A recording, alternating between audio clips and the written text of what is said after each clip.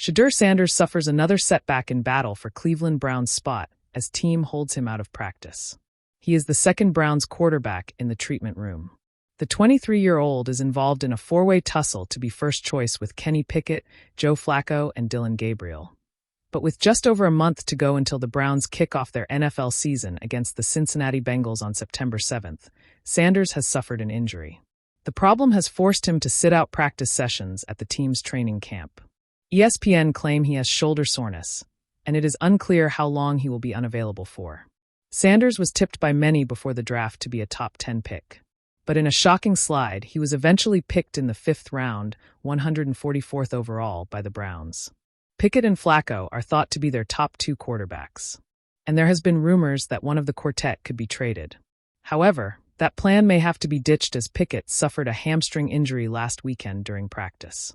He was forced to sit out 3 practices this week and returned to a limited session on Friday. On Pickett's injury, head coach Kevin Stefanski said, "He's pushing himself to get back to full team periods as soon as possible."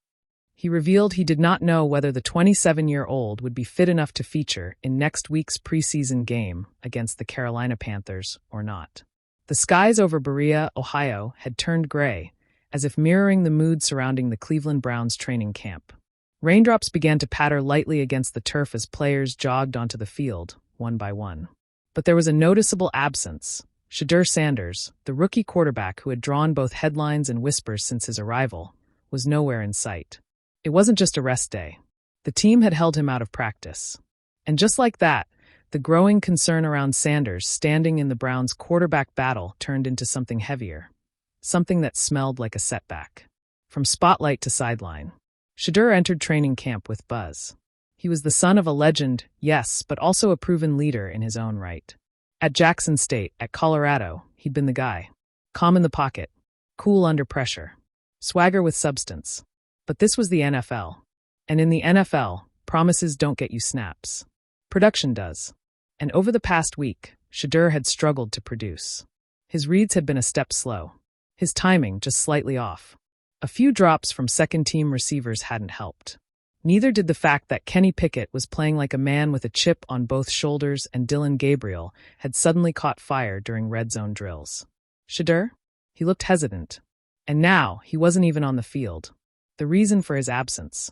Head coach Kevin Stefanski kept the explanation brief. Shedeur's dealing with some tightness, he told reporters.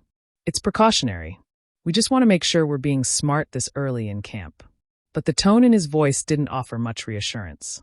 The media caught it. The fans felt it. And inside the Browns facility, even some players were whispering, was it really just tightness? Or was something else going on? One source close to the QB room offered more context. Shedeur's frustrated. He's a competitor. But this league moves fast. Miss 2 practices, and you're not just falling behind. You're getting forgotten. The unrelenting nature of camp. NFL training camp waits for no one. With every day Shedeur missed, someone else rose. Gabriel found his rhythm with the second-team offense.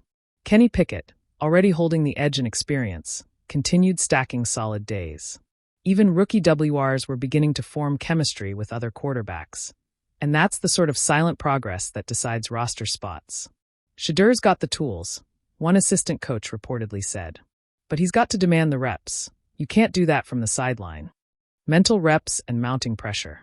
Though physically absent from drills, Shedeur was present at practice, standing on the sideline in his Browns hoodie, clutching a play sheet, eyes locked on every throw. He didn't speak much. Just watched. Analyzed. When Gabriel missed a read on a shallow cross, Shedeur whispered to the offensive coordinator. The coach nodded. But it wasn't the same. The sidelines don't grant you momentum. They're where confidence goes to stall.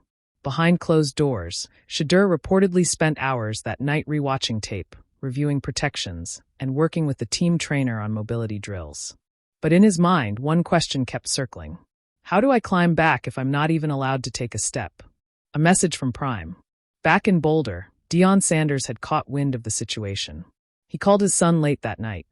You good too? Deion asked, calling him by his lifelong nickname. I'm here, Shedeur replied. Just can't show him what I got. Deion paused for a moment, then gave him a line he'd used before. If they don't let you speak with your arm, speak with your mind. Outthink them. Outprepare them. Be so good when you come back, they regret ever holding you out. That call lit a fire. The comeback plan.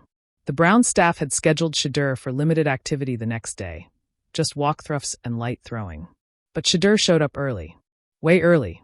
He was on the field before sunrise, working footwork drills with the assistant QB coach, throwing into a net, running rollouts against ghost defenders.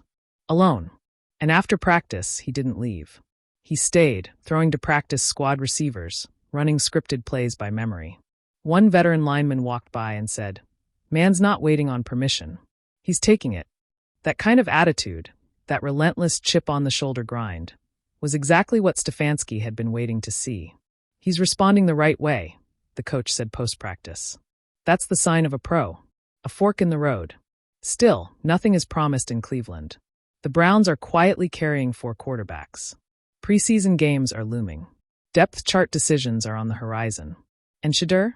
He's now behind. There's no sugarcoating it. But setbacks don't define careers. Responses do. The Shedeur Sanders who strolled into training camp, confident, cool, and covered in headlines, is gone. In his place is someone quieter, hungrier, more determined to earn what once seemed destined. The time off the field has changed him. He's not just Shedeur Sanders, son of Dion, anymore.